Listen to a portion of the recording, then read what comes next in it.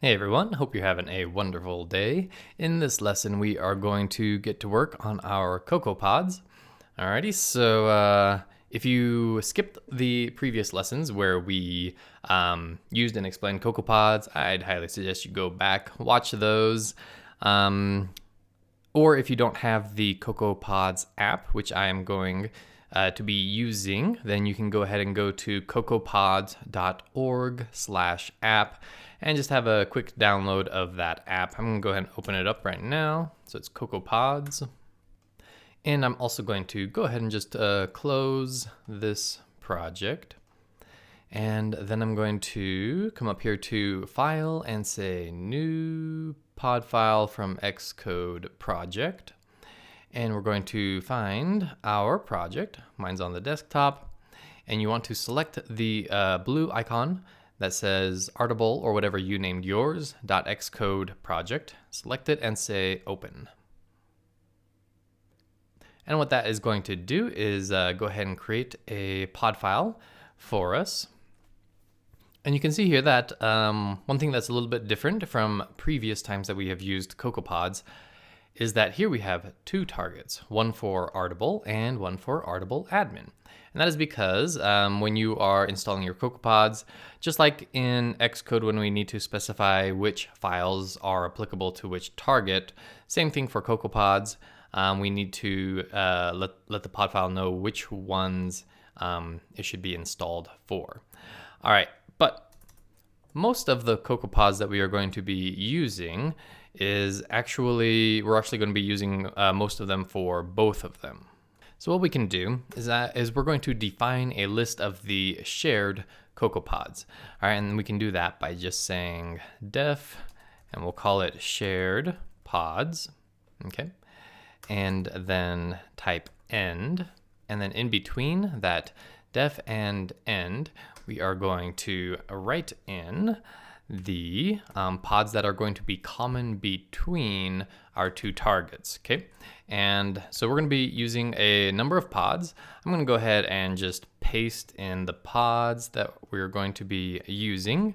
You can go ahead and pause the video and go ahead and type those into yours.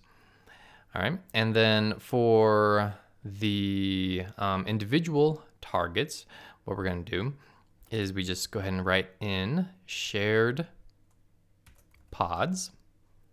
Okay, and then here under Artable admin as well, shared pods. And we're going to talk about what pods these are that we're going to be using.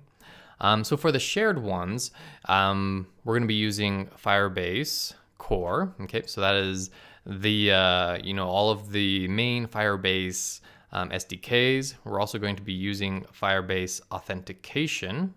This handles authentication using email, password, Facebook, Twitter, Google, all those authentication methods. We're only going to be using the anonymous and the email password. And then I'm going to go ahead and move these up here just so the Firebase ones are all together. Okay, I think that looks good. And then we have Firestore. This is going to be where our database documents are stored. And then we have Firebase storage. This is where we can store actual documents, images, PDFs, whatever it is that you need to store. You can store them here in Firebase storage. Then we have this IQ Keyboard Manager Swift. I love this CocoaPod. It makes handling the keyboard behavior much nicer, and you'll see how it works here in a bit. Kingfisher we use for handling images. It's a really nice library for caching images, handling networking, pulling images from URLs, and that sort of thing. And then lastly, we have this codable Firebase library, which will help us with Firestore. All right, so those are the shared CocoaPods that we're going to be using. The ones that are specific to Artable are the following. We have pod and then Stripe, right? So this is the Stripe framework that we will be using to handle payments. And then lastly, we also will be using Alamo Fire here in the Artable. And then we only have one extra in the admin app, And I'm not entirely sure we're going to keep this one here, but for now let's add it. It is crop view controller, and this just makes it a little bit easier to handle the process of selecting images from your photos library and doing any sort of cropping or editing that that you want. Great, so now that you have all of those written out, go ahead and click on install. And this could take a little bit of time for the first pod install. All right, once that is all finished up, you'll see, looks like this down here. Please close any Xcode sessions, yada yada, automatically assigning maybe. And that means that we are good to go. You can go ahead and quit your CocoaPods app. In fact, I would recommend that you quit it. It kind of becomes a memory hog if left open.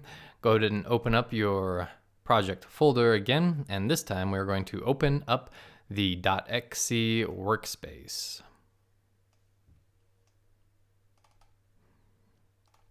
All right, and let's just check some things out here. We got, make sure our pods folder is here. We have our frameworks, pod file here. Everything looks good. All right, so we have our necessary CocoaPods that we're gonna be using throughout the rest of this section.